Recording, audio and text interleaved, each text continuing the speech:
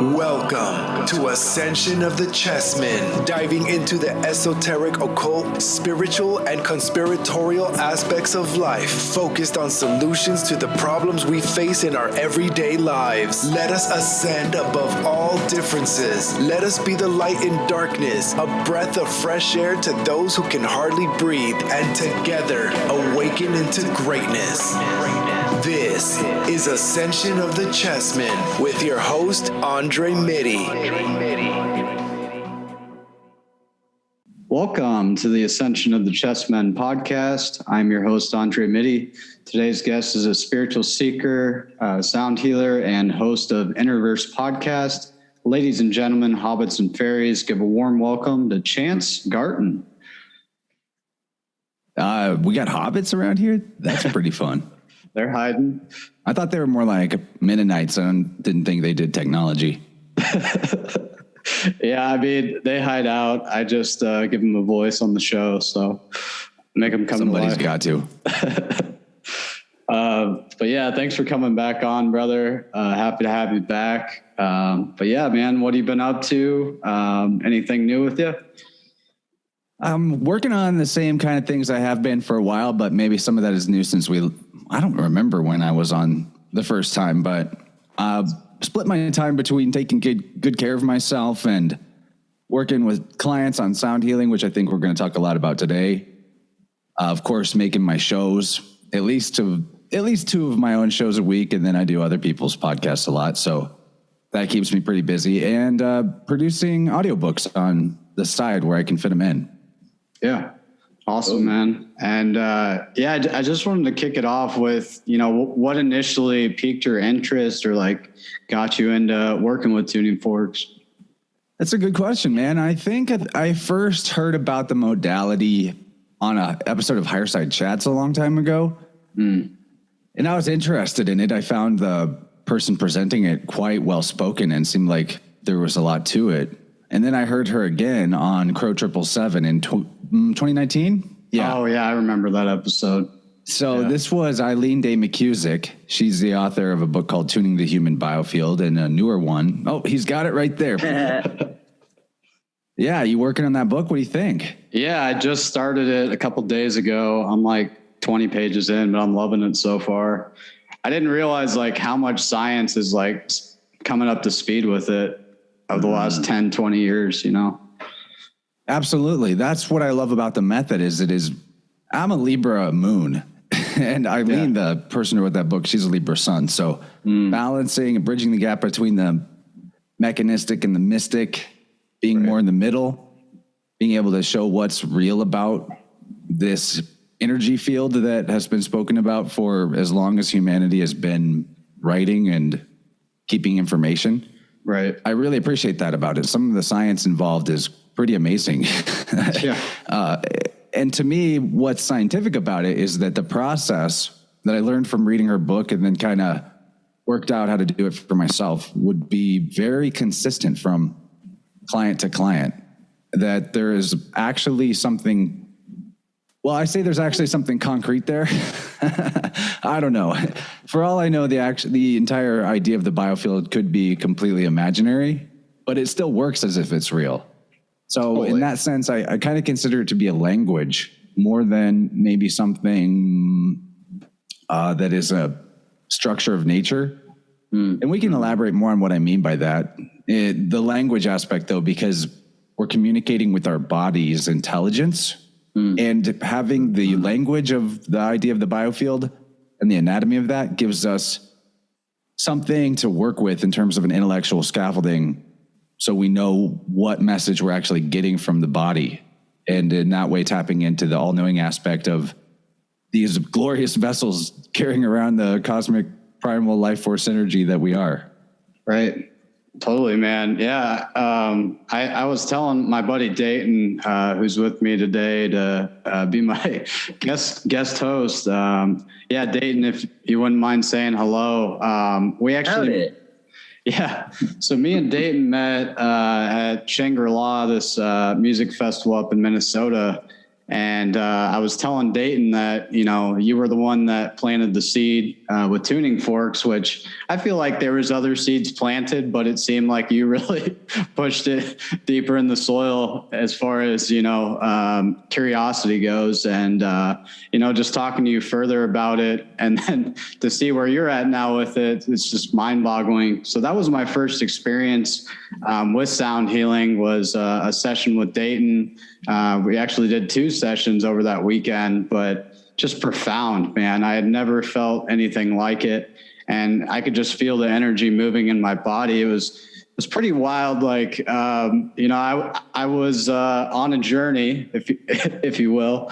And I was having a bit of a rough patch. Like, I think it was Saturday. And I had this thing where, like, my right nostril was like blocked, and like I couldn't breathe properly. And it was really like fucking with me. And I was like, something isn't right here. And I like kept trying to like blow out my right nostril to like get it to like subside. And before this point, like I had told Dayton, like, yeah, dude, I'll do an energy session with you later on. And I just, you know, a music set would come up, and I wouldn't see him to do the session and like follow through with my word. So, you know, I just kept getting distracted from doing this session. I told Dayton I'd do with him. And then sure enough, like once I finally found him after like really struggling there for a bit, it totally subsided. Like I could finally breathe normally again. Like both passages were balanced and opened up, and it was profound, man. I have no other words. I was very speechless after. I don't even know if I have words to describe like what that was like. But there was a moment where Dayton's doing work on me, and I opened my eyes like thinking he's still working on me, and he's like 10 feet away. I'm like, what's going on here? Like I thought he was still doing work on me, and he was not even close to me. So it was powerful to say the least. So and maybe he was still doing work. I mean, I do work on people from hundreds of miles away. Right. Yeah, there's strength in proximity, but yeah, absolutely. When you were feeling that, most likely I was doing something at the same time there. I'm a touch guy, so I love to put my hands on. I think it's stronger, but we're always touching everybody, and we can really focus on that and really connect from anywhere. Totally. Yeah, man. That's what I actually value a lot about the remote aspect of my work with clients, is that it gives somebody experiential knowledge that distance and separation are mental concepts. That's what they are. Right. Separation is totally conceptual. Yeah, we're always together. Totally feel agree. Nice. Yeah. So what are the major differences between in-person sessions and distance sessions? Because I was listening to Eileen talk about that earlier today on Alpha Vedic. And she was kind of skeptical about distance healings. And then, you know, I think it was her more scientific, analytical side of her that had that skepticism. But she said it was quickly removed, like just after one session. So what's that been like for you, Chance? Actually, the number of remote sessions compared to in-person sessions doesn't even compare. Wow. I've done so many more remotely. A, because the majority of the people I connect with are not in proximity to where I live, and B, because I don't have like a studio space or something. If I was going to do them in person, I'd have to go to someone's house or have them come to my house. And, you know, I'm not really about that. Even if I, you know, like somebody, but there's just this amazing ability to almost objectify the process whenever they're not there with you. It does work great when we're in person, and I have done them that way, but remotely. So I set up a table and I create like an imitation of their body on the table with crystals and candles and all that. So I have something I'm working with in a tactile sense that gives me the sense of a body, right? And that way I can measure distances away from the body where something is at. Because if you want to get into that, there's a aspect of the biofield anatomy where you can gain information about things based on where it is off the body. And not when they're not there, it gives you like this sort of freedom to not be distracted by a physical person's energy in the room. You know, it's like a bit of a detachment, but not in a detachment energetically, because you're still working on them. Right. If you've made the agreements with them that this is what we're doing, then that's what you're doing. So I like that about it. And for them, I think they get to enjoy the session from the comfort of their own home. You know, they don't have to go anywhere. They can be in their safe space. Yeah. Do you typically like talk on the phone with them, or how are you communicating with them? I'll get on a Zoom call typically. That way I can record it and give it to them. But I've actually done them where we weren't even on a call. Yeah. Wow. Where we just picked the time and they chilled out at that time and I did my thing. And I think, in fact, sometimes people didn't even like remember to take the moment to meditate or lay down. And I can still, you know, it still works. If we made the verbal contract, if we made the agreement that, you know, I have permission to work on their energy field, then it seems to work. However, I like to have a sort of methodical ceremonial process about it, where we're laying out exactly our intentions, exactly what entities and energies and beings are allowed to participate and which aren't, and, you know, be very, very, very clear about all that. I think it helps to a large degree. Absolutely. So I like to be on the Zoom call, and then we talk about the whole process. Typically, some people are more reserved and meditate through it, if you will, but a lot of times we're chatting as much as if you were talking to your barber or something during a haircut. And that's part of the agreement I make sure that they're aware of, is like, you can't even interfere with this process. Now that we're doing it, you can't, there's no wrong way for somebody to receive the tuning. And I get that question sometimes of like, what do I do? Or like, what happens if I don't feel it or whatever? And everyone has their own unique experience with it. The strongest medicine in terms of sound healing is for those who are doing work on themselves already. And practicing something to help their awareness and balance on a regular basis. But it can benefit anybody for sure. And there are some dramatic physical effects that I've witnessed occur for clients that had specific health challenges. As you mentioned, the nose being blocked, that's an interesting one. I definitely can say that tuning can help reduce inflammation. Sound can help reduce inflammation.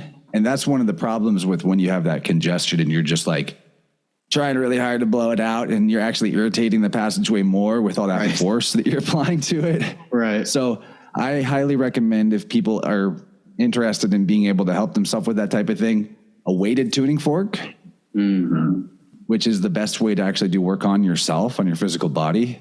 And you can look up like a chart of the lymph node points on the face and use the tuning fork right on those spots on your face. And within moments, so some people will recommend like a lymph massage or whatever, and you like press on those points really hard. And if you've got congestion or cold or allergies, that can hurt a lot because those areas are swollen. And it'll help release some stuff, but it's painful.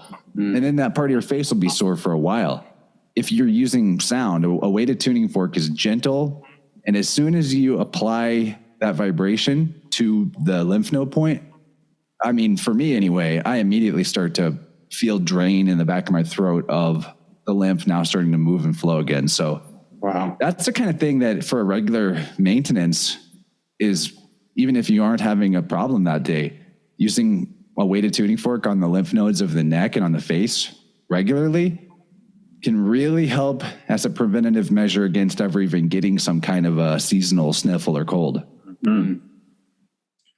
And as far as like I got this Lots of Zen tuning fork set. It's kind of a basic starter kit, but it came with 128, 256, and 512.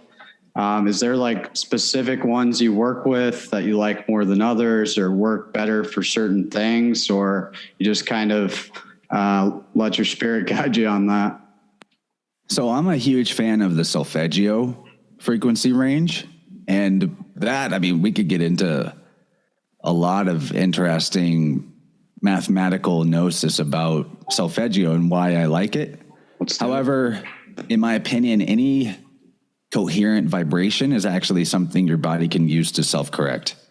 I don't think that there's like, so I'll just make the disclaimer now. When I say solfeggio, I'm not talking about like those YouTube videos that say like solfeggio frequencies, activate God mode or whatever. There'll be like this list of like, this frequency repairs your DNA and this frequency facilitates change and this frequency heals your relationships. And like, I have no fucking clue. It's not that good. Who came up with that or where that came from. It's like somebody wanted to market their YouTube channel better. And so they did that. And it gives the whole idea of solfeggio kind of a bad name, in my opinion. Now, like if someone presents to me the origin of that chart of this is the solfeggio magic frequencies and this is why they do that, I would entertain looking at it and be like, okay, here's the information. But no one has that. I've never seen that. And I look into this stuff. Right. If I had to guess, I don't know, maybe it came from Leonard Horowitz's healing frequencies for the biological apocalypse or something like that. A book I never read, but he's somebody that popularized 528, which is one of the solfeggio tones. But for me, the 369 is what makes solfeggio so powerful. That there's the Trinity is encoded in this range of frequency sets. That to me, there's something about that makes them have something special to them. Reflecting the pattern that nature grows within. So I like them for that reason. But you could also get like a solar harmonic scale, which would be your chromatic C to C range, low C to high C, and all the notes in between. I find that solfeggio has a more like stimulating effect, and even kind of a little sharper of a tone, maybe a little bit more piercing. And the solar harmonic sets, which would probably have like your A at 432, and then the rest of the scale of notes based on that, tend to be a little more sedative, relaxing. So, I don't see a reason why you shouldn't use whichever one you prefer, but that's my personal experience on what's different one to the other. And my only other suggestion about specific frequencies would be, I have a couple others.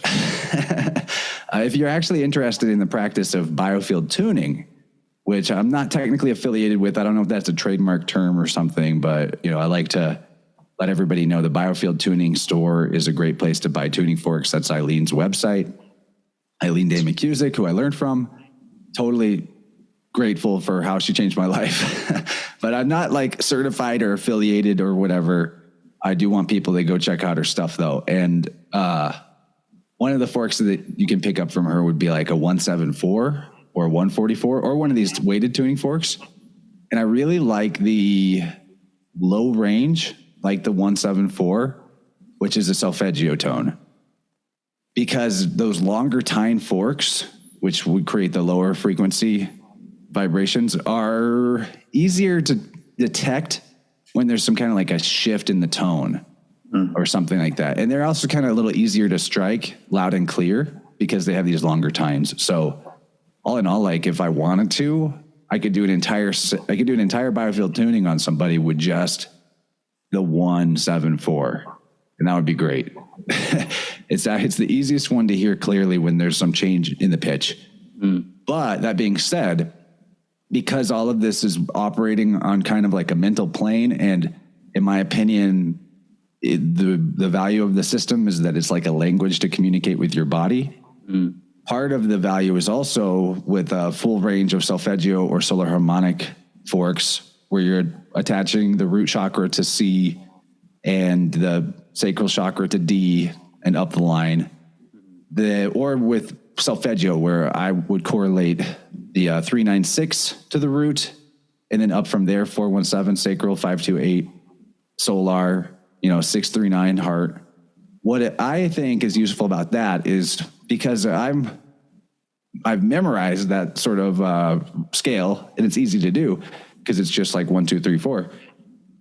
To me, as soon as I pick up the 5, 2, 8 in my intentions, without me even having to think, this is what I'm doing now, I'm already keyed into solar plexus with that tone. So for me, that's really useful to have like, this is this, this is this, this is this, and just set that and forget it, because then I'm like already sending the intention signal that this is the energy center I'm hooking into.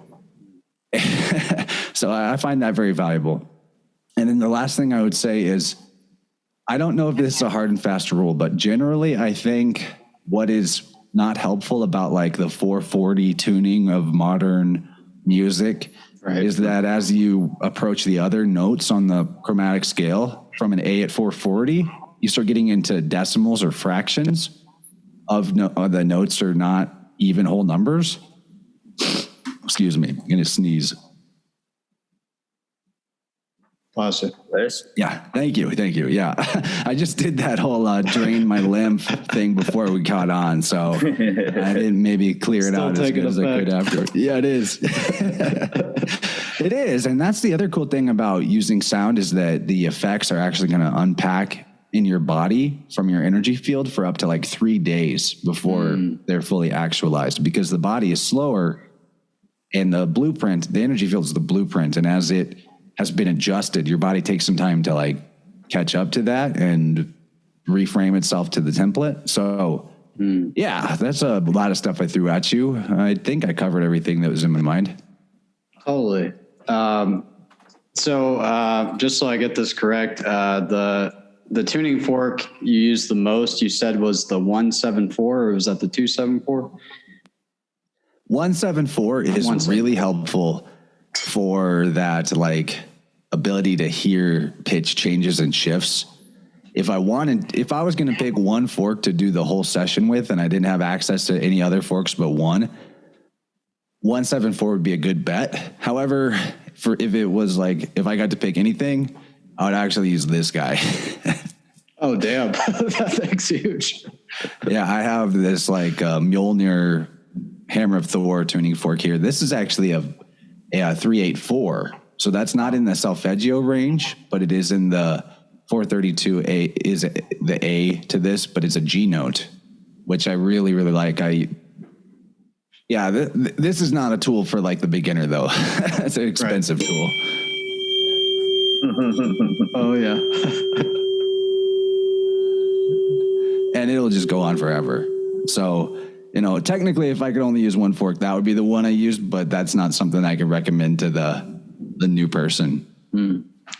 So, you've talked a lot about, like physical ailments, people, your clients finding ease, and those terms, but how about like, emotional, spiritual, even like sexual traumas, maybe like, what kind of stuff are you pulling out of people, or, just the feedback you're getting after sessions? Yeah, man, that's a really good question. All of that is something you can address in the energy field. And one thing I like to make sure people are aware of is, because this is something I occasionally get asked, and people are a little put off or scared of this idea of like, oh, if I do a session, I might have to relive my worst trauma or feel the worst feelings I've ever felt. And that's actually not true. It's one of the things I specifically make the verbal contract with the client about, but I'm talking to their full, total, like highest self. And we get in there and we're like, okay, so there's a protective layer of your psyche. There's many layers to our psyche. And one of these layers is this protective layer that its whole job is to hide emotions, feelings, and memories from our conscious mind so that we can continue going about our daily life and doing our normal tasks and what it thinks we need to do to survive. It's like this, we can't handle this right now. It'll mess up our whole day. Right. We might not even get enough food or something like that. So there's like a very important biological reason why that layer of our psyche does its job like that. And before a session, I talk to that part and I'm like, okay, for this process, you're going to give over your job to the highest self. of the client, the supreme being, the pure life force energy that animates. And thus, anything that is unprocessed in terms of feelings or memories is possibly like up to be reintegrated. But with the caveat, I always make the caveat to them that they don't necessarily need to remember or to feel the feelings for it to reintegrate. And that is something I want people to know about in case they're considering a session, is that there's not a guarantee that you're going to like be crying your eyes out or feel the trauma or remember the bad stuff again. It's possible that you might remember it, but very rarely, you know what? I say very rarely. I think never. I don't think anybody's ever had like, no, I'm positive. Nobody's ever had like a traumatic surge of memories come up. The hardest situation maybe is that somebody might release emotion in the form of like sobbing or crying. Yeah. But that is always more of a good feeling than a bad feeling, actually. Right. Because it's an appropriate time and place to do that. But even that isn't super common. The people that do that are the people that are like really open in their heart chakra and ready to release and like doing other work on themselves. The average, the average like stone-hearted American client, you know, they're not going to even shed a tear. The heart chakra is actually one of the things that typically we don't even get to crack into very deeply unless they're coming back for a second or third session. Mm-hmm. For most people, the first session, which we do hour sessions, and for most people, that first session is actually going to typically focus on the ankles up to the solar plexus, with a lot of emphasis in the root area, root, sacral, bodily energy centers, because typically, those areas, the energy as it gets stuck is denser and say harder to move. It's just like there's more going on there. Right. It's thicker, I don't know. And those are the centers that really, they have like a mirror relationship to the higher centers. So think about like the throat chakra and the root chakra. If you're looking at the 7 chakras as like 2 sets of 3 with a balance point between them, which is the heart, then the root is kind of like the first of the first triad, and the throat is the first of the second triad. And your root has to do with like your energy, how you feel in your body a lot. Sacral kind of has a lot to do with actually how you feel in your body too, but you know, they overlap. Mm-hmm. But what you put in your mouth in the throat is going to determine how your energy levels, you know, how you feel in there, in the body, in your gut, and what comes out of your mouth, what you say is going to be reflective of how you feel internally, if that makes sense. And like, you know, sacral has to do with our physical creative energy in the world. And it correlates to third eye, which is your mental creative energy in a sense. And, you know, same with crown and solar plexus. They both relate to issues of will, sovereignty, power, like that. So in my opinion, one of the biggest issues with the majority of spiritual traditions from history, and a lot of what has been translated into some goofiness of the New Age movement, is like a real emphasis on suppressing the body, or that the body is a prison and like we need to escape the body. Let's try to have out-of-body experiences and don't worry about our health. Like, you know, we're going to die. Our kingdom's in heaven. Don't worry about that. Right. To me, that's like a recipe for disaster. Because totally.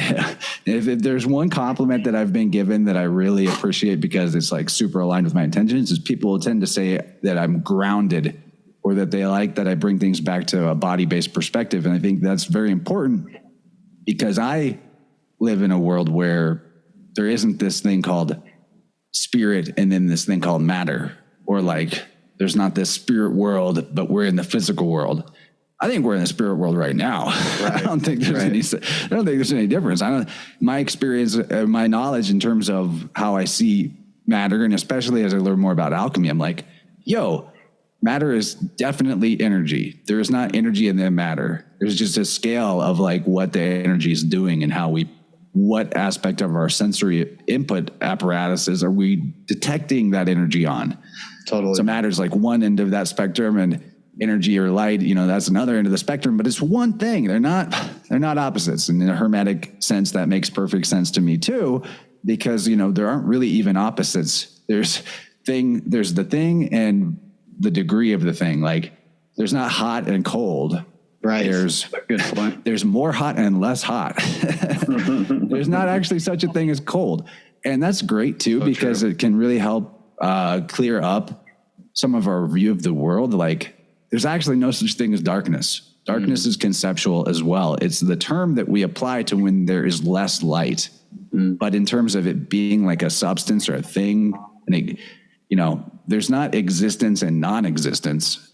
There's just existence. Non-existence doesn't exist in like the most simple philosophical term. So, you know, I'm kind of on a ramble right now. Why don't you hit me with some more questions or comments? Totally. Yeah, I mean, I feel like a lot of us, you know, whether it's through programming and our upbringing, dogmatic beliefs, stuff like that, you know, we give power to something outside of ourselves in the form of one boogeyman or another. And, you know, that can be a trap in and of itself. Not I'm a boogeyman slayer. Me too. 100%. Yeah, I guess, Dayton, did you want to jump in with any questions or just, I guess, things that have came up for you? Well, I work a little differently. But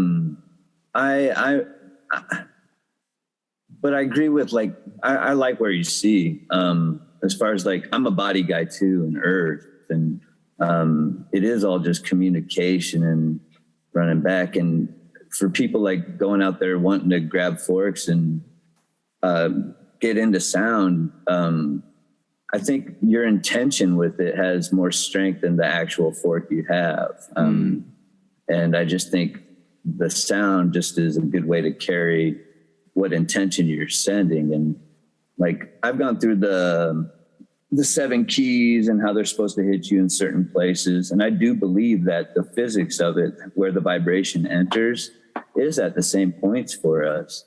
But sound, like, it'll just move wherever it knows where to go. Like it does its own thing. So like I'll be getting hit with sound vibrations that are supposed to hit my solar plex. And because of where my body is at the time and where my energy is at the time, it's just straight going to my head and working there. And same, like sometimes I'll be, you know, I've had somebody go through all 7 bowls at every point, and everything came to the same spot that I was working on. That's where they entered, and then they moved and they went to where they felt they were needed.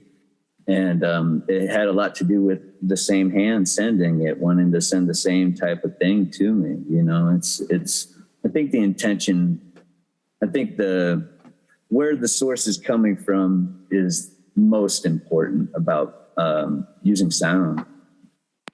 I love what you said there, man. I actually 100% agree. I think anybody could pick up a tuning fork and get benefit from, or a singing bowl and get benefit from immersing themselves in coherent sound.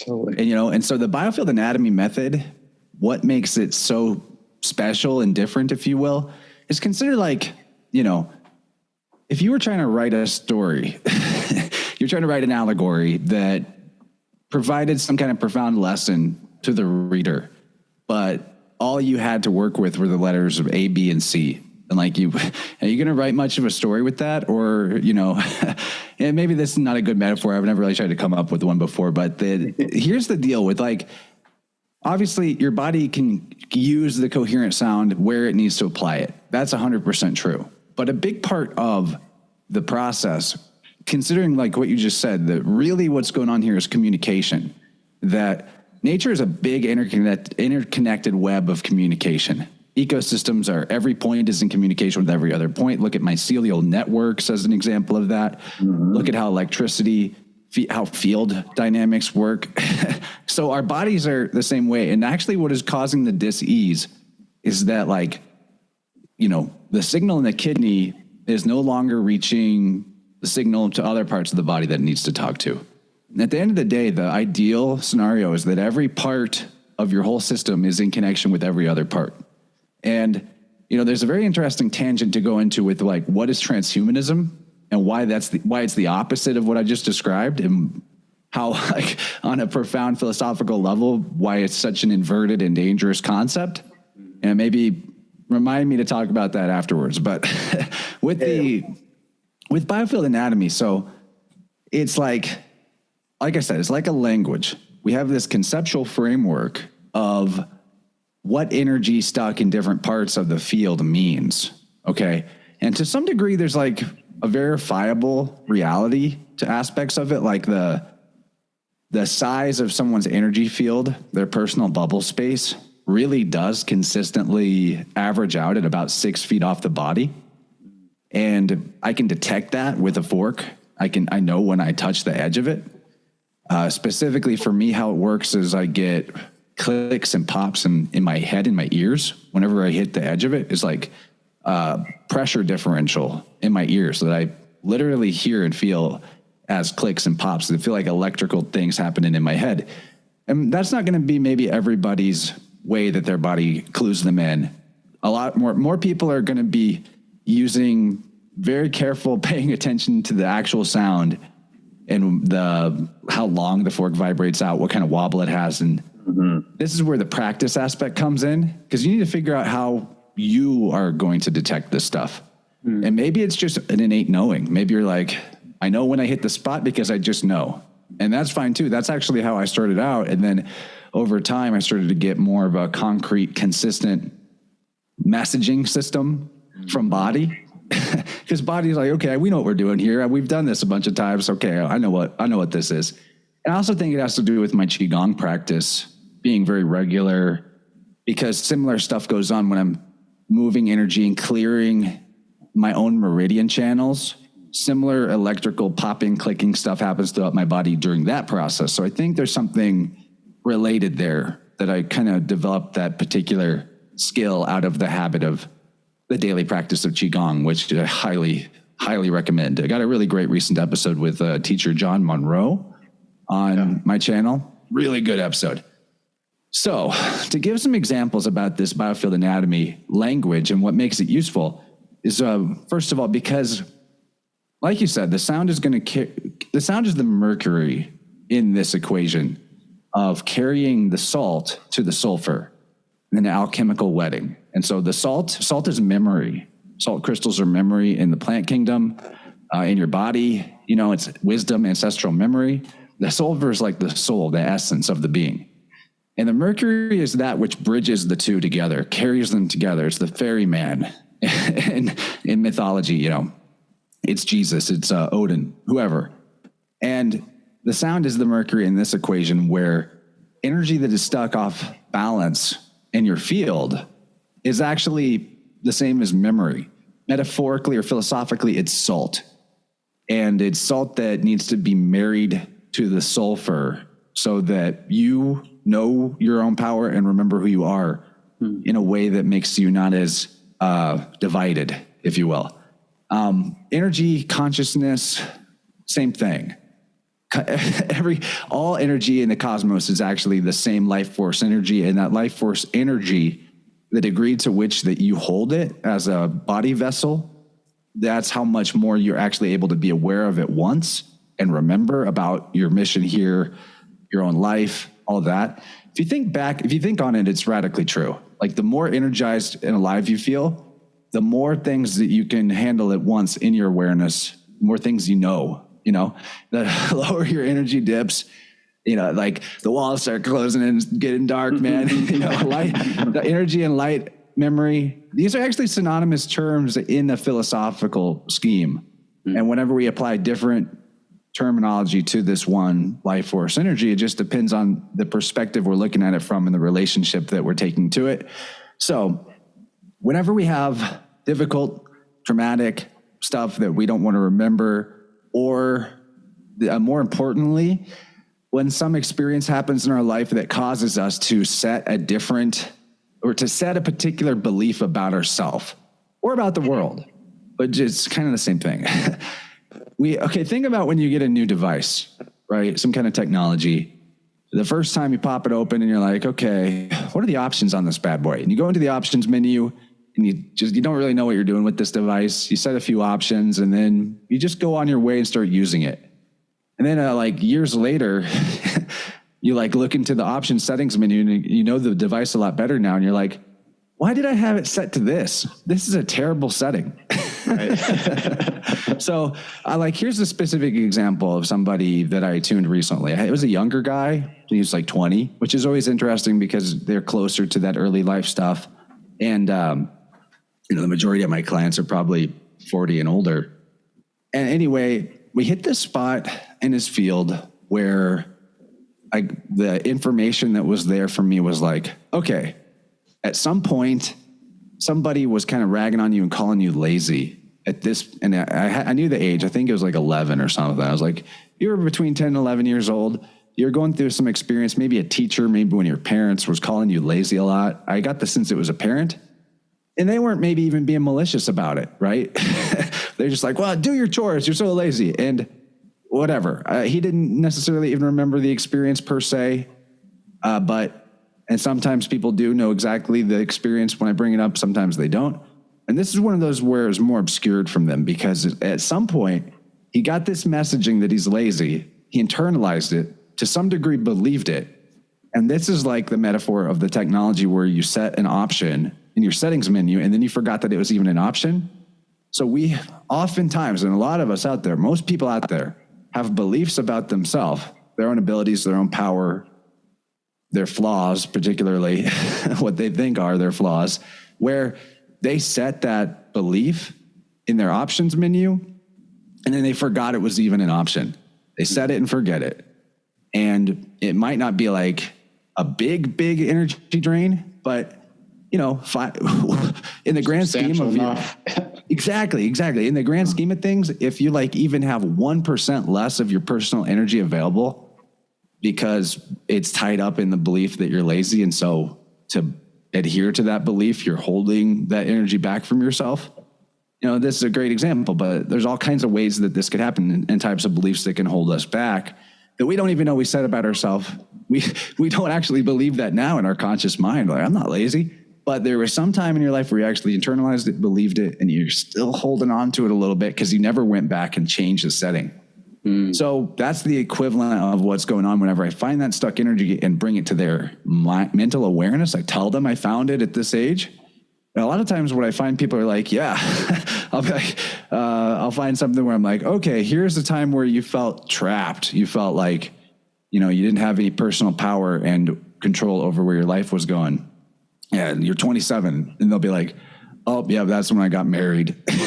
And they're not with that partner anymore, right? So things like that, right? And wow. We may have even done the work on yourself to go back and heal certain difficult traumas and relationships, but there could still be a little bit of like a scratch in your record that we can buff out with the tuning by bringing your conscious mind to it is also like bringing it back into your circulation. So I hit that pocket of stuck energy. I detect based on where it is in the axis of the verticality, which is the chakra system, the left-right axis, the front-back axis. All of those three dimensions give you some kind of specific information about the feeling and the type of energy that is stuck where it is. So in terms of like the lazy energy or the feeling of like, or the belief that I'm lazy, this is hanging out. If you have this, this will actually be hanging out on the left side of your body at about hip level, from about like where your legs meet to the hip, that range, which is root chakra. On the left, probably more to the front than the back. And energy that gets stuck in that zone is actually typically related to like indolence or laziness, like not having the motivation to do stuff or like believing that you are lazy or anything related to not getting it done. And then on the flip side, at that same height, the root area, the hip area on the right hip, off the right hip, this is where you're like balls to the wall, pushing yourself way too hard, overdoing it, overworking yourself. We can work really hard, but whenever it's not, there's a lot of other information in the root chakra. And so if we're pushing ourselves really hard, think about how, and it's to something that isn't in alignment with our actual spiritual soul's reason for being here, You know, root chakra deals with like our livelihood, it deals with our home situation. And our work is like a second home. If we work outside of the home, you're there possibly more than your home. So all these things are very interconnected. And if you continually stay out of balance in that particular zone of overworking at something that isn't even really in flow for who you are, it's actually going to develop into hip problems. And think how many people in the right hip specifically, and think how many people in the US Hip replacements. Yeah. They're like not even 50. You're like, yeah, you need your hip replaced, right? I've actually worked with people who were being told by the hospitals, you need your hip replaced. And, you know, you come get a tuning, and we do it semi-regularly if necessary. You can push that off to maybe never do it, never get the hip replacement. In fact, probably the most dramatic physical immediate after effect of a tuning I ever was able to find out about, because not everyone even reports back to me. But I had a guy, his energy field was, I think like 55 maybe. His energy field was actually geometrically way out of whack. And he didn't tell me much about what was going on with himself before we started, but the one side of his energy field was like 7 to 8 feet. At one point it was actually bulging out to 8 feet off the body. And on the other side, it was like pulled into like 5 feet. So he was not in balance, you know. And that's actually, the geometry thing is actually fairly common. It's fairly common, but this was an extreme case. It was like a way off. Usually when they're off, it's like more 6 to 8 inches off. And anyway, I told the guy this. I was like, yo, you're way overstretched on the right here. And he told me, that's interesting because I have a hip problem where my right hip is actually like out of alignment and pulled in, and his right leg was 6 or 7 inches shorter than his left leg. Whoa. Because his hip was so out of place. So he couldn't really go upstairs. He'd have to like take it 1 foot at a time. And he was seeing a chiropractor about it, but it was very painful. And he was doing the work on himself. So this is part of why there's a dramatic result. He's doing his stretches. He was seeing his chiro for adjustments. And 3 days after his session, he emails me and he's like, I went into the chiropractor today after I had done a stairs workout. And immediately I'm like, stairs workout? And he's like, my chiropractor was shocked because he said my legs were actually the same length now. And he couldn't believe it because he said this result should have taken at least several weeks of adjustments and stretching to achieve. And it was 3 days after tuning. So that that's an extreme result, right? Yeah. And it's very possible. There's like a lot is possible with this stuff. Oh yeah. Totally. Yeah. Swelling will go down in people right in front of your eyes. Like they'll have a knot and you'll see it dissolve. And you're just like, wow, I love life. It's beautiful. So if I wasn't fully clear about it though, the real advantage of it as a language, the biofield anatomy, which, Dayton, you could learn if you picked up this book that we referred to. You wouldn't even have to read the whole book. You could just kind of like check out the chart at the back and be like, okay, this is a good map. And whether or not it's a literally true thing in the physical energy field, if you're intending that this is the map, then whenever there's a certain energy with a certain emotional quality to it, and you're working in that bubble space of the person, you can actually get the ping of information that this is what they're dealing with. And, whether or not it's literally true, it's kind of like language. Language isn't true in of itself. The deer is not called a deer by nature. Your name is not actually Andre. You don't have a name. There's no man has a name in nature. Right. But you can use language to describe the truth.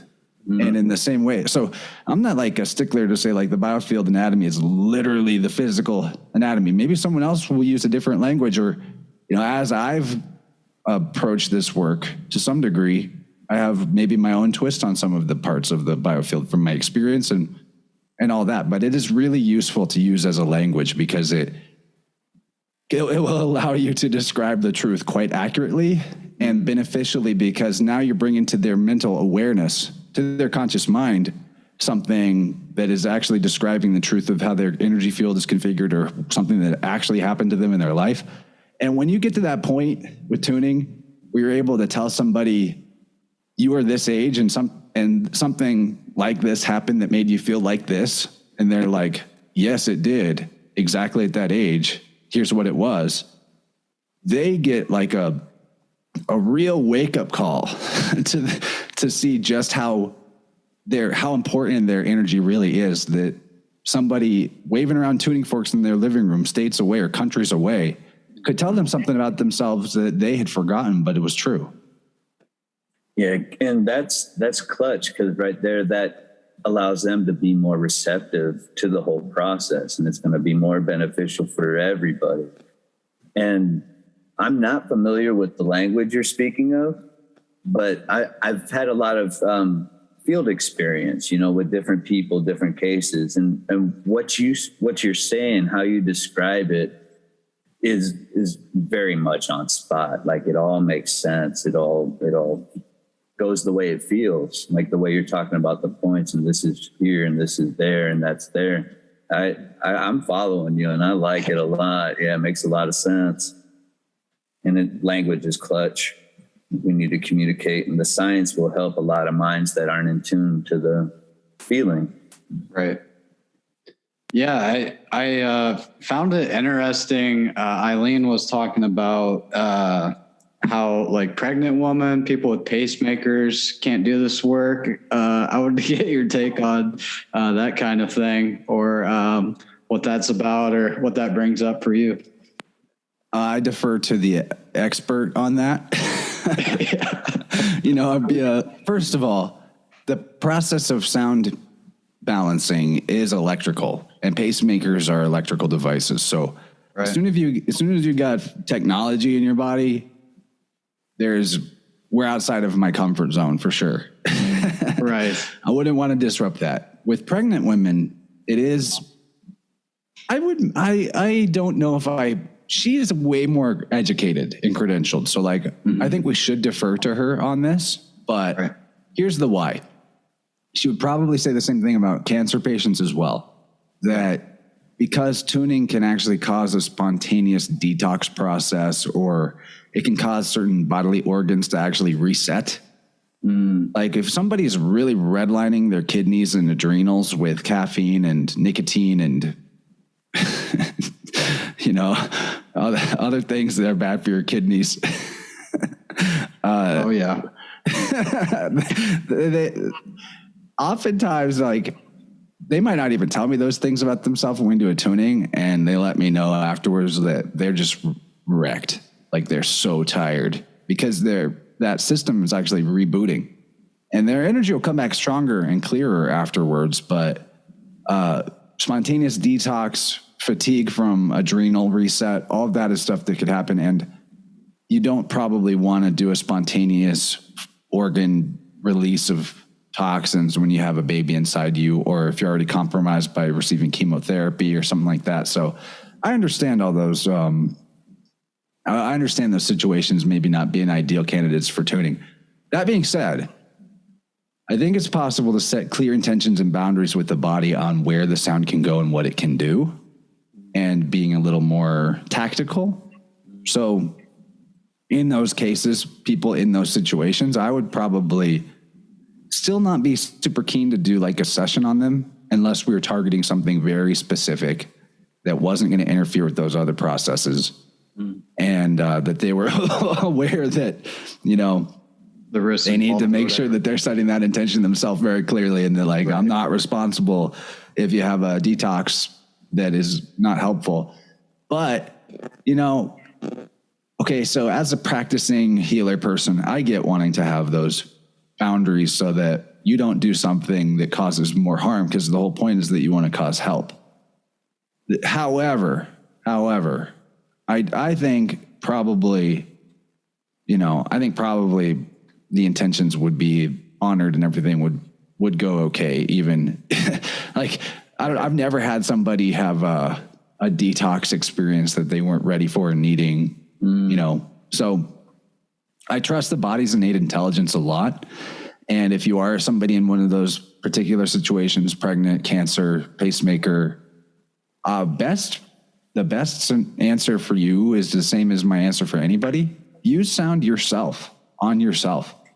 And then nobody is responsible for it but you anyway. The reason why I go on podcasts and talk about this isn't just to like land clients for myself. Although I'm so grateful that I'm able to work with clients because it's part of what has freed me from other types of work that are not really in alignment with why I'm here. Right. But I also want the world to know this, that they can learn this pretty simple language. They don't even have to memorize the language. Just print out the chart and work with that and give it a go. Practice, play around with sound. You sound your own way. Just knowing that there's this powerful modality that is non-invasive, and we can talk some about science aspects of how sound affects the body on a physical cellular level too, or the transhumanism thread might be interesting.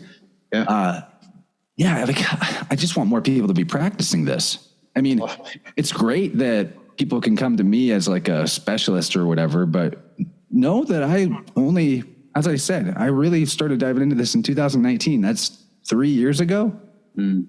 And within a couple of years of experimenting, researching, I'm able to proficiently do this for people in a way that has a big impact on their life.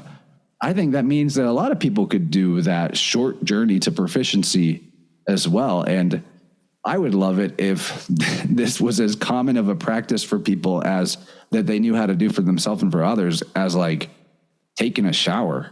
Right. Taking swimming lessons. Yeah, because it's actually simpler. I hope that I've made it clear that it's simple, but there's complexity to it in terms of a language, just like you can get complex with how you speak. But in terms of the basics, we're talking about an alphabet that is as easy to learn as your ABCs, right? Yeah, totally. I'm just recalling like after my first session, I remember like rushing to get up. And then when I tried to walk, I could not like walk. Dave's like, sit down, grab some water. But it's definitely needs some time to sit with what you just went through afterwards. And they're always going to be different, and it's what you're aiming for too. I'm pretty forceful, and especially when I'm with someone like you, who as soon as I tuned into you, I was like, he's pretty open everywhere. We're gonna rock him, we're gonna get your cup overflowing, so you're just spilling out to everybody, because I knew you were ready for it. And when you get vibrating, you can stay vibrating a little bit. You should take it easy after you're playing with some sound, for sure. Totally. I guess for both of you guys, do you have any advice for beginners just getting into it, just buying tuning forks, just general advice you would give to people that are curious to get into this stuff? I'd love to hear Dayton go first on that, and then maybe I'll riff on it too. Cool. I'm old school, and so I'm kind of a hands-on guy. So I would say just grab something and experience it, feel it real quick. You can test out a tuning fork in a store. I know it's easier to get them online and stuff, but or a singing bowl or whatever it is, go ahead and give it a little ding and see how it feels. If it feels good, it is good.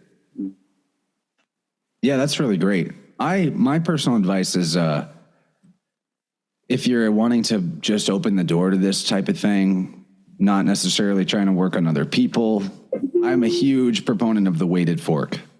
This right here is the Sonic Slider. You can get it at the Biofield Tuning Store. This is Eileen's, customized invention that she did a lot of experimenting to find the exact frequency she felt was most useful. It is the Schumann Resonance. The average of the Schumann Resonance anyway kind of goes up and down times 12. So it's like 93.96, I think. And this was the first step for me. I had an injury from rock climbing, or I thought it was from rock climbing. Now I realize that all injury has to do with a spiritual emotional component. Every time, no matter what, the injury happened externally to your physical body as like a red flag, because your body actually has always used health And the body has always been a map to your emotional body. They're not separate. So all to your psyche too. It's kind of the same thing. So your body's always been trying to communicate with you from every little scrape, every time you stubbed your toe, you know, every broken bone has always had a meaning that if you were able to truly read the map, if you will, that is the body, you would have got the memo. And, you notice some people, I've had somebody, here's an example where I start working in their ankles. I usually start from the bottom and go up. And I was immediately like, you've had really painful problems with your ankles like your whole life. And she goes, yeah, I've broken my ankles 5 times. Wow. I was like, yeah, I could tell.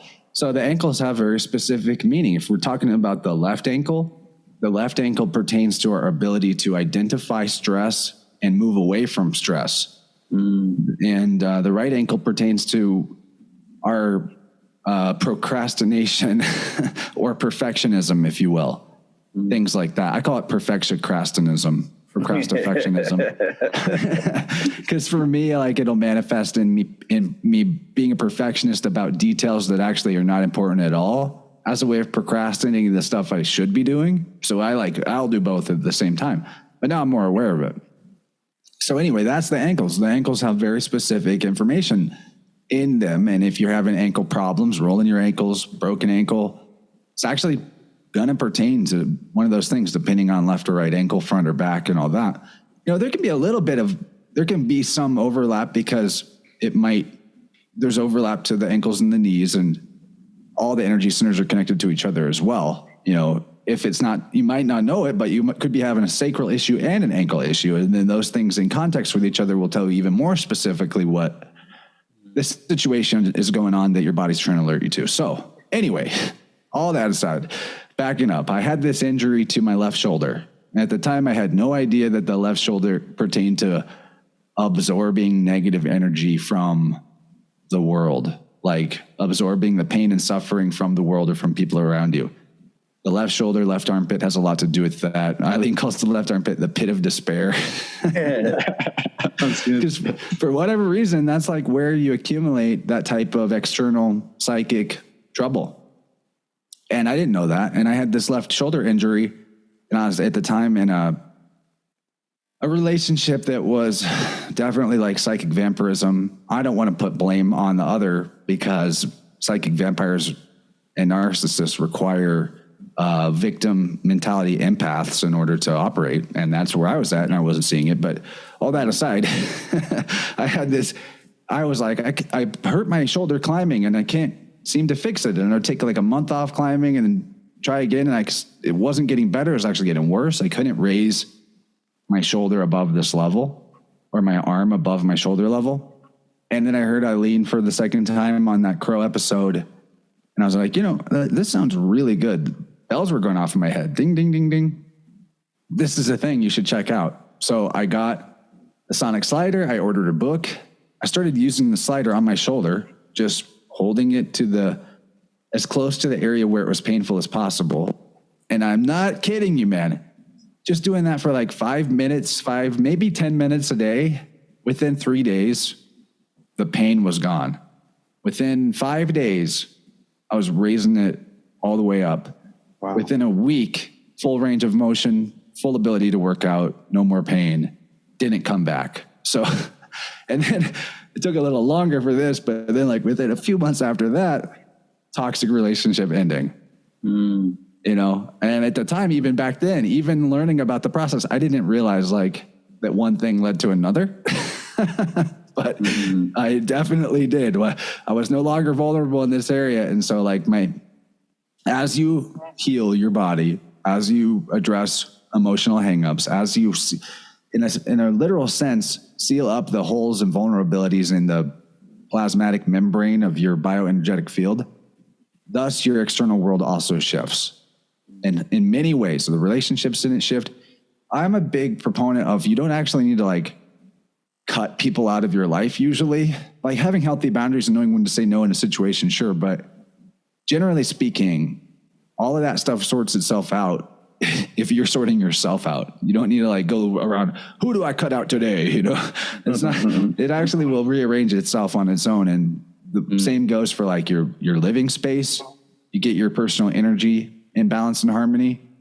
And, you know, especially if you don't like where you live, you feel like you got a bad, unsafe home or things like that, or you really don't like the job that you feel stuck at.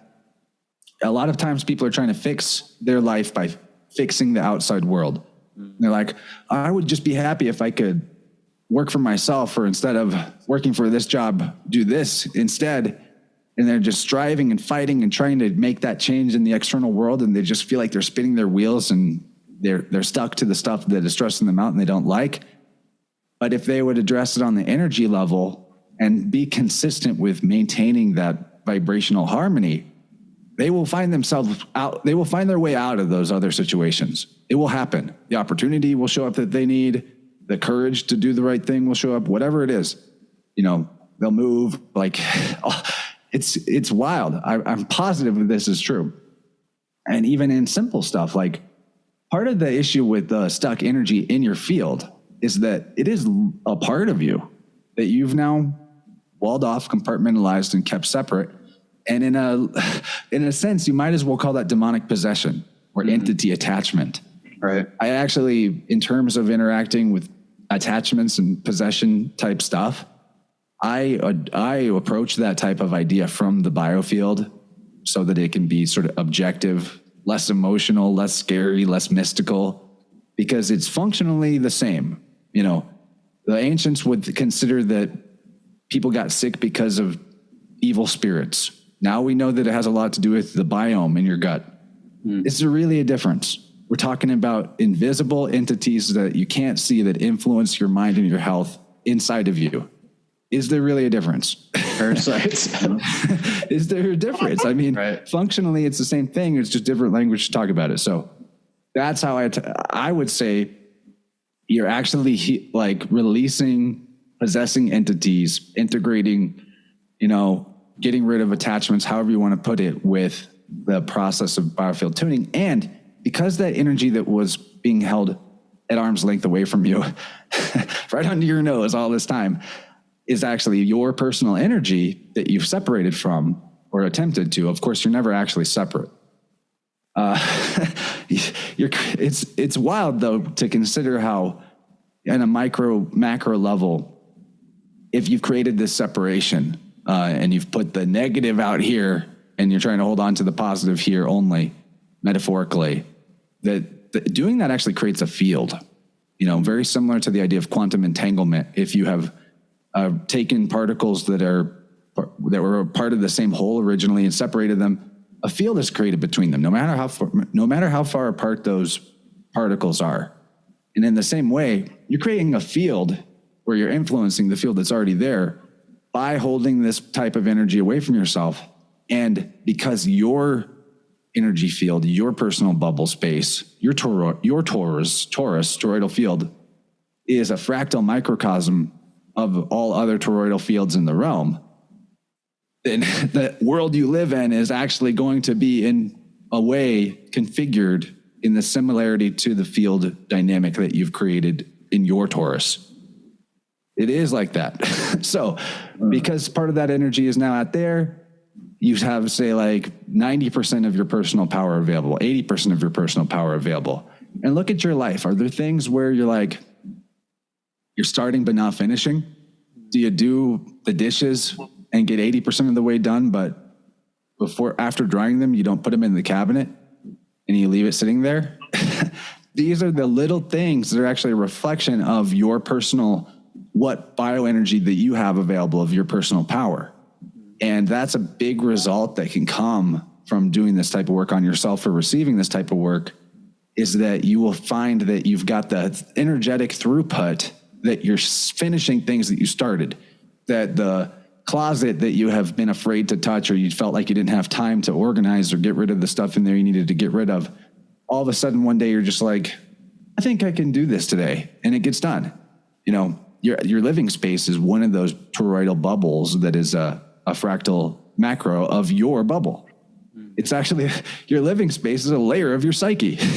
Believe it or not, it's one of the layers of your being. So it's going to reflect changes to your personal energy as well. So there's like, it's really even hard to conceptualize the level of ramifications of positive change that can result from improving your personal boundary of your bubble space and the flow of the energy within it. It's like the sky's the freaking limit.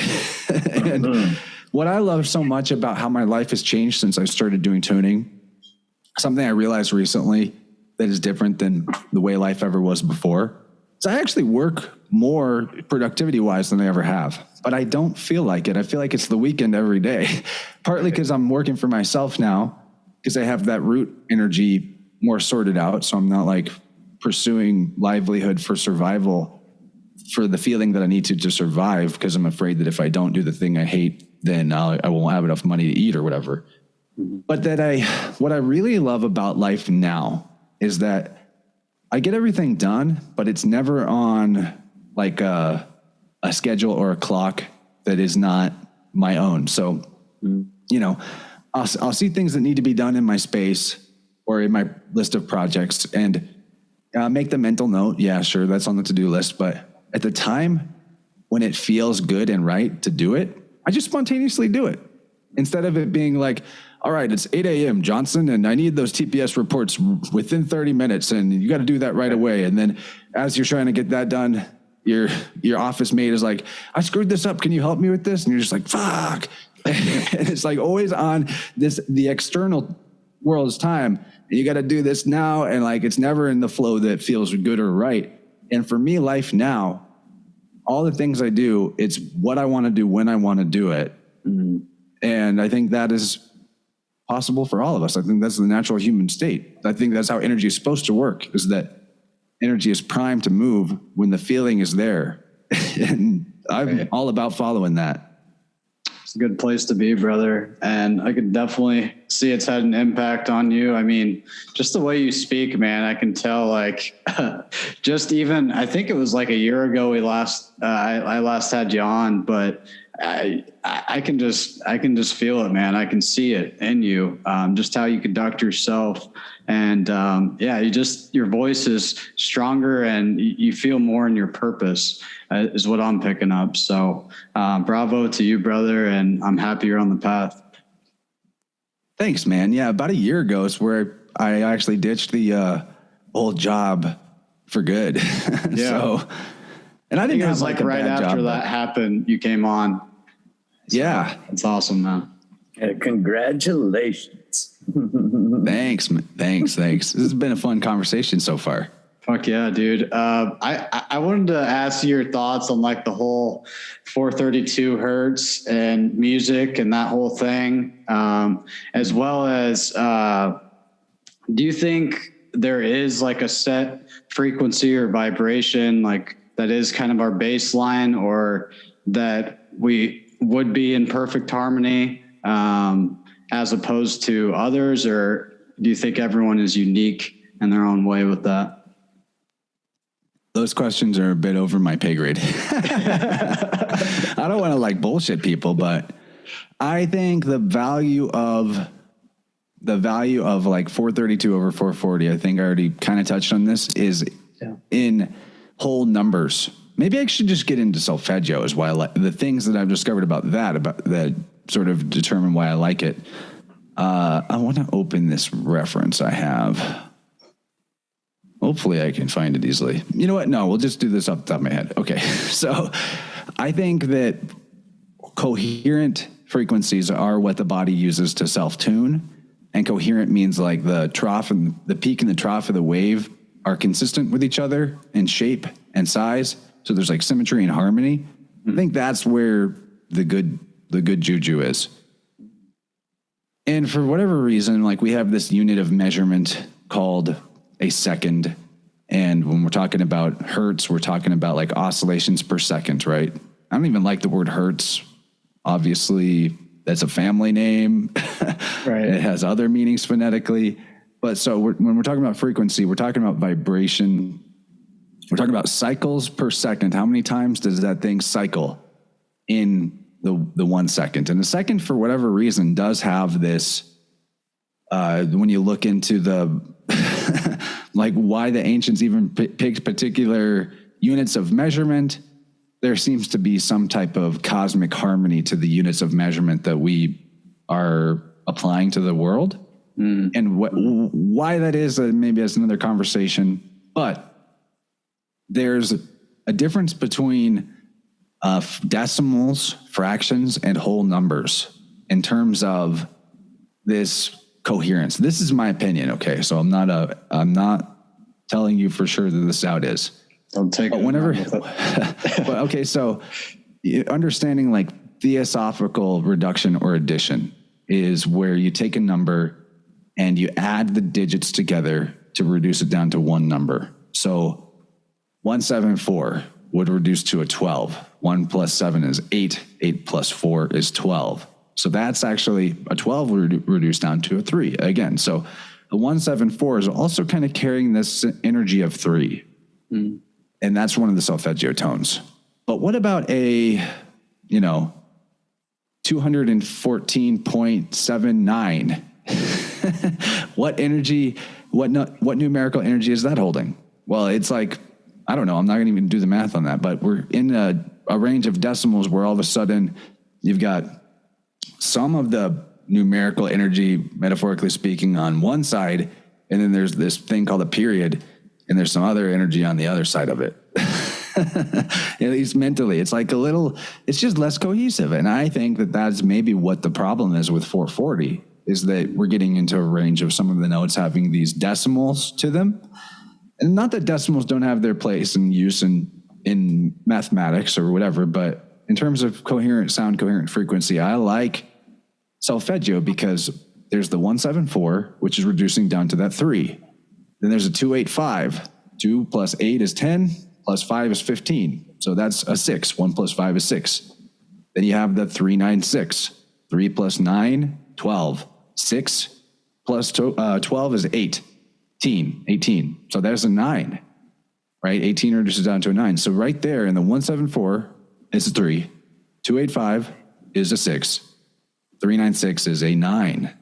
And actually, as you continue up the solfeggio scale, 417 would be next. Well, 417 is a rearrangement of 174. 528 is a rearrangement of 285. 693, rearrangement of 396. And on it goes. You have 714, and then you have 852 and 963. So it's 3 sets of 3 in a way. The first 3 make a 369. The next 3 make a 369. The next 3 make a 369. So whatever way you slice it, you're getting 3, 6, or 9. And then it gets even more weird when you start doing the differentials between addition and subtraction of any of these tones. So like a 174. So when you're playing 2, I actually do a lot of stuff where I'm playing 2 forks at the same time, sometimes 3 at the same time. And a 174 plus a 285 gives you a 459. 4 plus 5 plus 9 is 18, I think. Yeah. I'm cheating with the calculator. So it's still giving you a 9. Or if you wanted to look at it, I kind of like to look at it from the differential level of subtraction more. So 285 minus 174, that's 111. Right? So actually any of the solfeggio numbers that are tangential to each other, like as in next to each other in the scale, if you subtract them from each other, you get a 3. You get a 111 or 102 or something that reduces down to a 3. Any of the solfeggio numbers that are a step away from each other, like 396 to 528, the differential is going to give you a 6. And if they're 2 steps away from each other, the differential is going to give you a 9. So, and there's a lot more math magic you can do with it, but basically any way you slice it, add, subtract, multiply, divide, solfeggio is bringing you back to 369 eternally in this relationship of 1s, 4s, and 7s together, 2s, 5s, and 8s together, and 3s, 6s, and 9s together. So to me, this is the Trinity. The Trinity is obviously like a well-established religious doctrine. They didn't include it in the Bible because of all the idolatry from India whenever they gave people the Trimurti back then, and the Bible is astrotheology based completely out of India. Not obviously, that's a separate subject. It's my other area of expertise is astrotheology and word magic and language in mythology, and breaking the spells of religious idolatry and mysticism to bring people back to nature, which is what the allegories were ever supposed to describe. And, you know, that's a whole nother podcast. I do love to talk about that stuff though. But anyway, when we're talking about the Trinity, it's mother, father, child. It is salt, mercury, sulfur. It is this relationship of, to have three-dimensional reality. It's a triangle. You gotta have 3 points. When you talk about your biofield, what are the axes that are important that we're talking about? The vertical, and then the left, right, and the forward, back. Those are the three. That's your 3 axes. That's the Trinity inside of your toroidal field. And so there's a lot to that. But to talk more about solfeggio and why I like that, the 1, 4, and 7 relationship is fascinating because it has this, it's like the one, it's the father, it's the all, it's the pattern. And why I say that is because obviously 1 is 1. We know that. 4 though, 4 and 7 both have this amazing quality to them where if you add the digits between 1, 2, 3, and 4, add it all up, equals 10. That reduces to a 1. Same exact thing with 7. Add 1, 2, 3, 4, 5, 6, and 7, you get a 28, reduces to a 10. And then the next number that this occurs with is 10 itself. And then 13 does this. And so actually there's this amazing magic to the number line where every 3 numbers, actually, if you add the digits between the beginning and final digit of that number, it reduces to a 1. So in a way, whenever we're counting, we're actually saying 1, 2, 3, 1, 5, 6, 1, 8, 9, 1, 11, 12, 1. So in a way, all the way ad infinitum, the number line is 1, 2, 3, 1, 2, 3, 1, 2, 3, 1, 2, 3, Trinity forever, always returning to 1 on the 3rd number. So the 1, 7, 4, 4, 1, 7, and 7, 4, 1 of solfeggio, to me, they're like, they have this quality of the whole, the pleroma, wholeness, integration into a oneness of sorts. I kind of look at them that way.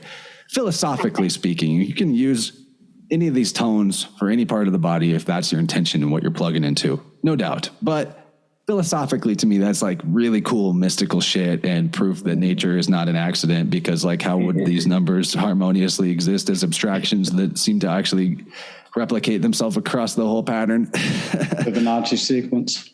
Yeah, it's pretty wild. So, and then the next set would be the 2 5s and 8s. And to me, that's like, there's your, kind of like your mother. Well, you could consider I'm thinking about it differently now. I'm like, which one's salt? Which one's mercury? Which one's sulfur? I'm not going to go there.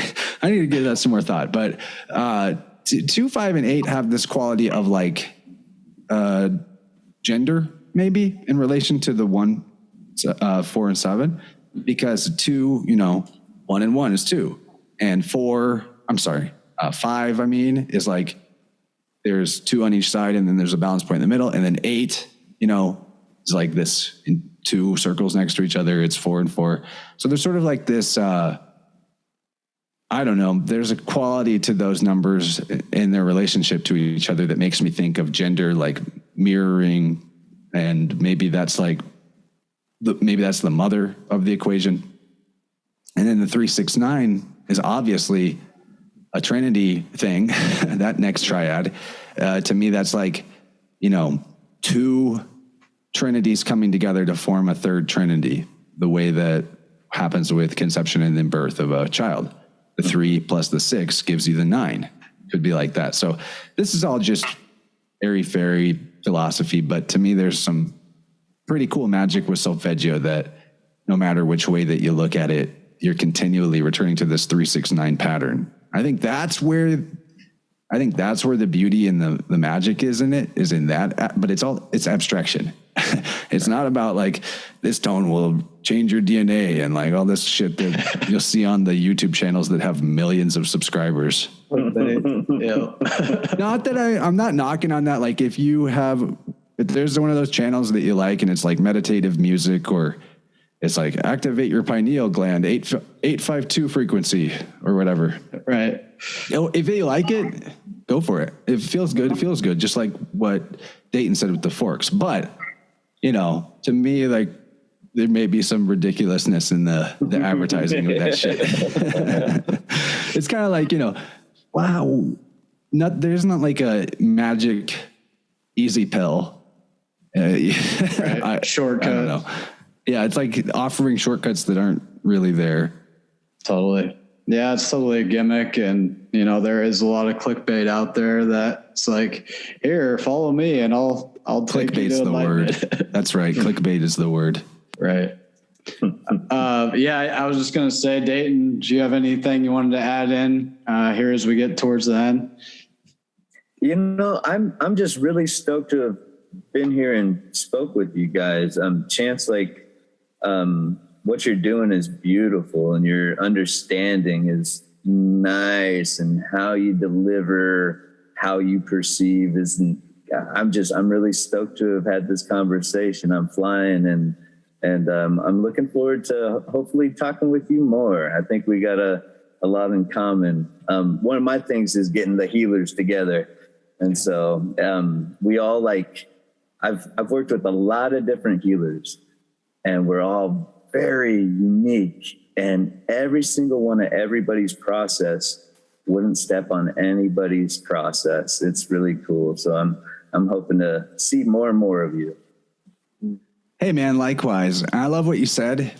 There's this aspect of this paradox in authenticity when it comes to this type of healing work, or really anything where you're following your own path and creativity is involved to some degree. To me, the true spiritual path is creativity. Mm-hmm. If you want to connect to the creator, or the creative intelligence and the dynamic force that generates the realm, well, you probably have to be creative. So there's this sort of paradoxical thing that comes up. And I think this is why so many of people like us in the past were like the heretics, because when you're really in the flow and authentically tapped into your way of doing it, your divine mission, it feels like you're making it up as you go. And that is both a blessing and also a curse if you're not authentic to if your intention isn't authentically aligned, positively, then making it up as you go can be like, trying to figure out the best way to con somebody. I don't know who does that. Maybe people do. But to me, like that fear of, I can't just make this up. I need someone to tell me how it's supposed to work, keeps a lot of people from crossing the threshold. And it's no different than, if you feel like you're not a creative versus somebody who does consider themselves creative. One sits down at the blank canvas and goes, I don't know what to do. And the other makes a decision and does a brush stroke and gets into a flow state, and then the next stroke, and then the next stroke. So, not that there should be no methodology or harmony or to your practice and what you're doing as a healer, but there is a point where you're going to realize that, like, I'm actually responsible for deciding how to do this. And no one can tell me. If I'm going to do this, I have to make choices. I have to make decisions. And so thus you got to be creative about it and be comfortable with that sense of like making it up as you go. Because if you are aligned your intentions to the highest good for yourself and your client, then you can also and should also trust yourself that making it up as you go is not only safe, but it's the right way to go. It's the right way to do it. And that doesn't make you fake. You're only fake if you're deceiving somebody on purpose. Then you're fake, obviously. But right. It's safe to make it up as you go. It's supposed to feel like that. I want people to know that it's supposed to feel like that. And that means you're actually in the zone.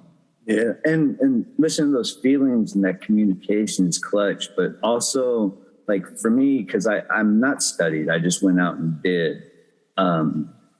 I learned the hard way some of the rules. And so there's also great benefit to just talking to other healers, talking to people in this community, watching things like this podcast here, where you have people with some experience and some understanding to teach you, like, there are some rules to like fucking ground that energy afterwards. I learned that one the hard way. Yeah, and don't push out more than you put in. Keep that balance. You got to fill every space, you know. And like, I learned a lot of things the hard way. Unfortunately, they were small hards, you know, but that's the beauty of it. I was just going to say, I'm sure for both of you, you've had clients that are like, can you do this for me every day? Like, you save me, you know, like, no, I make sure to charge enough that no one's going to ask for that. No, but in all seriousness, the process can be such a, I don't want to say taxing, but, you know, it's comprehensive. You're not going to want to do that every day, because people sometimes need a couple days to recover after I give them a session. Sometimes people will have like more energy right away to get stuff done and whatever, but more people than not have some level of like kidney adrenal reset or root energy, sacral energy reboot that causes them to actually be kind of fatigued for a little bit after the process. And that's the healing taking place. And anyway, in terms of the price, I was kind of making a joke, but also for any aspiring healers out there, part of the process that is super key is that if you want to provide value to the people that come to you, you have to value yourself and your time. And that means even though you may have seen some people out there slinging sticks and arrows that like, if this is real healing, you should do it for free. Like, there's so much of that out there. And in the time and place where you feel like you're called to do so, you may provide someone with a service for free. And that is your prerogative. However, you got to take care of yourself. You have to value yourself. Sacral chakra energy is all about the self-worth and what we ask for to receive and expect to receive for what we give. And with this type of thing, like I don't really do more than one in a day max session for people. I take it very seriously. My client for that day, that's my client for that day. So there's preparation before I even get on the phone with them. There's post-op for me, stuff to ground and all that. And more importantly, the price, like right now, my price is $200 for an hour tuning. We're actually going to be on the call for longer than an hour because there's some before and some after, but an hour straight of sound at least, and you get a recording and all that. But the reason why it costs that much, one of the reasons it costs that is because it's also about me asking for what I need to receive in order to be in the flow state and energetically maintain the practices and self-care and the time that it takes for me to do that, that's outside of the work with the client, right? So as a healer, I advise people that your price point is not about how much you think you want to make per hour at the thing or whatever. Don't think of it in those old world matrix terms. The price you ask for is the resource that you need, that you know that you need in order to be able to stay in the zone, quote unquote, full time. So, because that's actually why you're able to be of value to somebody. The process, your way of doing it, all of these, like the method itself, even in a podcast like this, the communication, the things we're saying specifically, all secondary to the actual energy that is being brought to the table. People are tapping into our energy right now, how we feel, how it makes them feel is actually the real value they're getting from this. The enthusiasm that I can give forth, to be in this zone and in this flow state right now. It is not like I can just fuck off for all day or do things that hurt my energy or, that are bad for my health and then turn around and be like, get on this podcast and be jazzed up. Let's do this and communicate this clearly. I have to stay. If I fall off, it could take me a while to get back up. You're a vessel for life force energy, and you want to hold as much of that life force energy in your vessel in integrity as you can. That is actually what the alchemy of life, in my opinion, is really about, is learning how to hold more and more of yourself, of your light, of your essence in this vessel as you can. And as you do, you'll remember more and more about who you are, why you came here, what your mission is. And then you don't have to feed anybody your light ever again. You don't have to drain your cup for other people to receive benefit.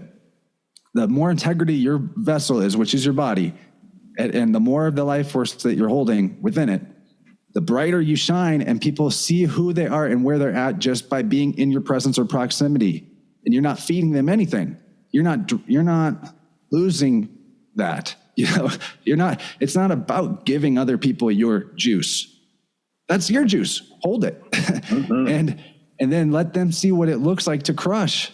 Show them what crushing looks like, and it's going to light up their space around them, and they're going to see who they are and where they're at a little better. Yeah. But most importantly, though, like as the people out there, and this goes for artists, this goes for anybody that is really entrepreneurial, what you ask for in compensation is about what you need to maintain the lifestyle and energetic balance to do what it is that you want to offer, not how much you think you are worth making per hour. So you got to think of it differently. Yeah. You're looking at it holistically. What do you need for your whole life to be set up to stay in the zone as full-time as possible? And I hope people can apply that, and understand that that's why healers might ask for a couple $100 for a session. It's not because they're trying to rip you off. It's because by also you as the recipient, the amount that you invest in the process, are you going to, if you only had to pay me $20 for an hour of tuning and we did a lot of great work, but then afterwards you're like, yeah, no, I kind of want to just chug a 6-pack tonight,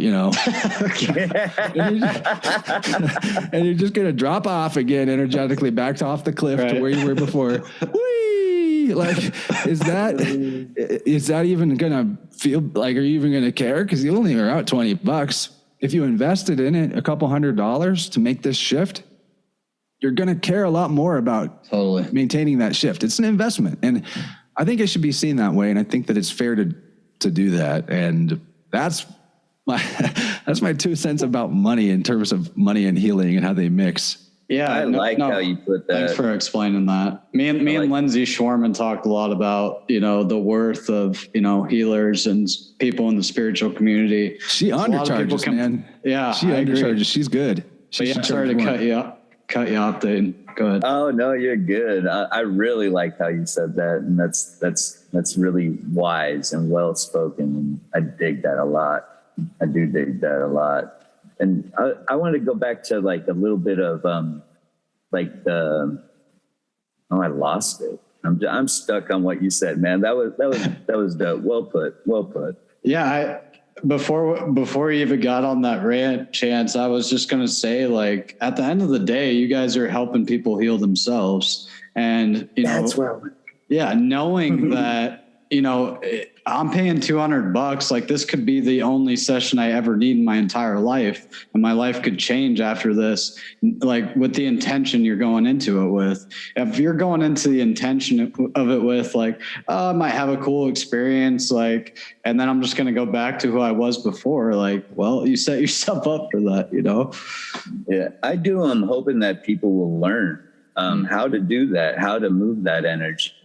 Right. How to tune into themselves and open up. And it's really frustrating when you get that guy who grabs the 6-pack after a session. He comes back the next week and he's got the same stuff we just took care of last week. And eventually I cut those people off, and I tend to lean towards the people that are growing with it and learning from it and taking from it and applying it to themselves, It's really cool.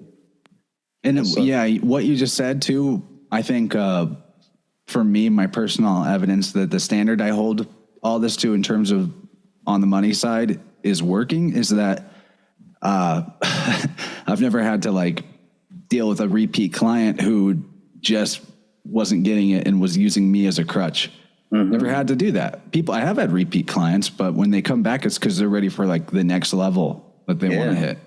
Yeah, that's beautiful. I love that about it. So, but ultimately I want people to learn how to manage their own energy themselves. I want people to do this method or some method themselves, Qigong, sound, all of the above. That's why I come on and talk about this stuff. Like, I want people to get in this. I want people to feel as good as I feel. Yeah. It's just you're selfish, and you'll feel better if they feel better. I see. Exactly. Enlightened self-interest. Yes. But in terms of other ways that I'd love to be, I'd love to exchange with people in a way that is mutually beneficial. I have a couple audiobooks out there that people can purchase on Audible. And, they're supporting me. They're supporting the author of the audiobook if they buy it and getting a great experience out of that. So the first one is by Lindsay Sharman, her novel, Sine Curve of Aeons. Vitalis, it's called. It's the first in a series. I think there'll be a third one. But that's a big fiction story that you can get my narration of on Audible. A lot of fun. But also the other one, which I think I really, really want people to get. Not that I don't want people to listen to Lindsay's fiction. It's great. But Spirit World, July's End with Black Swans, the third book in the Spirit World series by Dylan Sakosio. I did the audio for that, and I'm working on the fourth book now. And those books are all four worth reading or listening to, and they can be done out of order, honestly. If you've got some familiarity. I bought Spirit World. What's that? I got Spirit World, but I don't have the other one, so I'm glad you said that. Well, yeah, they're all technically Spirit World is the header, and then they're different books. So July's End with Black Swans is more of an advanced syncretism in astrotheology. If you've got some basic knowledge of astrotheology and astrology symbolism as it pertains to religion, the first book is less. You'll learn stuff from it, but it's a little less mind-opening, in my opinion. I'm also just trying to get people to do the one that I narrated. But like, if you're new, if astrotheology is a concept, you don't even know what the hell I'm talking about, the Spirit World books are going to give you, especially if you read all of them, they're going to give you the keys in language and in symbolism that allow you to see that all of the control systems that have been levied upon humanity by the priest class, all the middleman parasitic bullshit, vampirism, from governments to corporate institutions and religions, everything.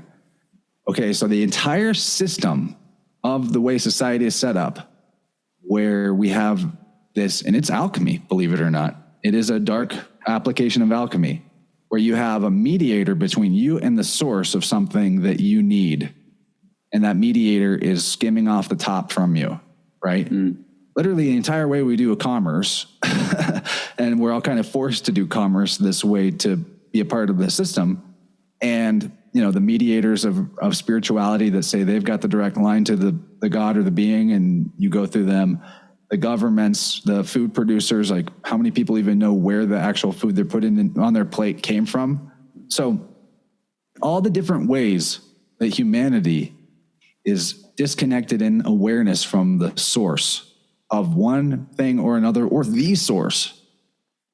This is the system I'm talking about, this middleman vampiric system, all right? If you want to live in a world where you see that abrogated completely from the world, or at the very least manage to nullify it in your own life, these books have the keys that you need mentally, linguistically, to not fall for shit anymore. And it's a journey that I really want everybody to take, because there really is one system. There's one cult that has gone back from way, way, way long ago. And my boy Dylan Sakosio, who wrote these books, he's hot on the trail of the origin of this. He's innovating this field of research in ways that have not been, pushing the envelope in ways that haven't been pushed since like the late 1800s in terms of pushing the awareness forward of where this all comes from. So I'm really excited for the fifth book coming soon. And also, it's actually just like really fun to be able to have the keys to language so that you can see, right, that like, see that one thing is actually something else when you're looking at it. There's all kinds of beautiful examples. I know I'm kind of probably running us long by getting into this, but if you ever want to have more of a conversation about this syncretism, word magic, language stuff, I'd be happy to kind of put something together so that we can give very specific examples. Yeah, no, I've really enjoyed multiple shows I've heard Dylan on. I've heard him on Crow a couple times, really enjoyed those. And then he had a great episode with you not too long ago. I definitely tuned into that one. But yeah, man, you've been honestly killing it, man. Like keep doing you and keep putting one foot in front of the other, because you're doing really great work over there, man. Proud of you. Thanks, buddy. I'm excited for you moving to Missouri. I was, but I couldn't find a place to live. Just don't live in KC then. Move down here. Yeah. Or if you want to meet up and go to that Sam Tripoli show in Kansas City, I would go with you. We should. I'd love to do that. Let's hang out. Yeah, go visit and stay in Nebraska. Totally, man. I want you here. If you ever come to Lincoln or Omaha, let us know. Yeah, man. Cool beans, dude. I'm going to be making a bit of a journey across the states next month, actually.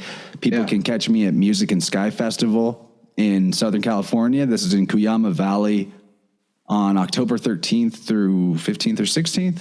Starts on the 13th. And this is a Alpha Vedics festival. Yeah. So it's just going to be healers and Soul Family Tribe and musicians. And it's a smaller event.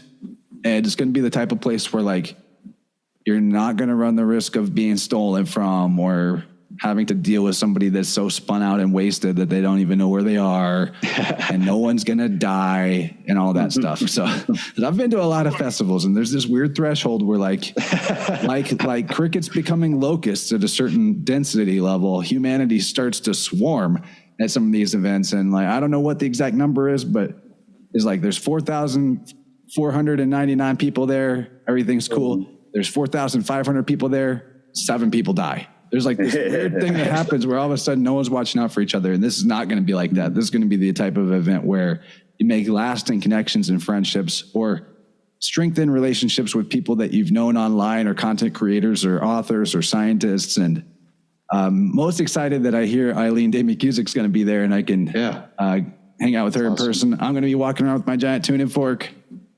So people should check that out, Music and Sky Festival. They can use the code CHANCE50 for $50 off the ticket, and I hope to see a lot of people there. And after that, then I'm flying out there, but then I'll be actually driving from Montana down to Missouri, so maybe making some stops in Colorado or something on the way. Who knows? Cool. Sounds good, brother. I wish I could make it out there. I also wanted to make a stop by Beartaria, but I didn't make it out. That was a fun. Good time. Yeah, that's awesome, man.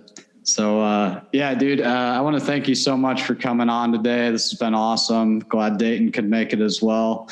I'd definitely love to have you back to break down word spelling and the different etymology going on there. And that's a whole different episode of its own. So I'd love to. I can bring forward a lot of good stuff from Dylan's work, but then also because I have the keys, I have all kinds of observations that prove the validity of the system that he demonstrates. So that'll be fun. And then, you'll be having realizations as we go. We should do that. Yeah, totally. Well, thank you all for listening out there. I wanted to give Dayton a chance. Any last words from you, Dayton? Oh, I appreciate what you're doing, and I appreciate everybody out there doing. Yeah. Keep it up. We're going to get it. Totally. We're totally winning. It's great to meet you too, Dayton. This was awesome. I'm glad Andre had you on too. Yeah, thank you. It was really good to meet you. Fuck yeah. I'm glad it all worked out. I literally texted Dayton like last minute this morning. I was like, hey, you want to join in on this? And he was totally down. So I'm down. Just conspired to make it happen. But yeah, thank you all for listening out there. I love you all. We'll see you next week. Peace.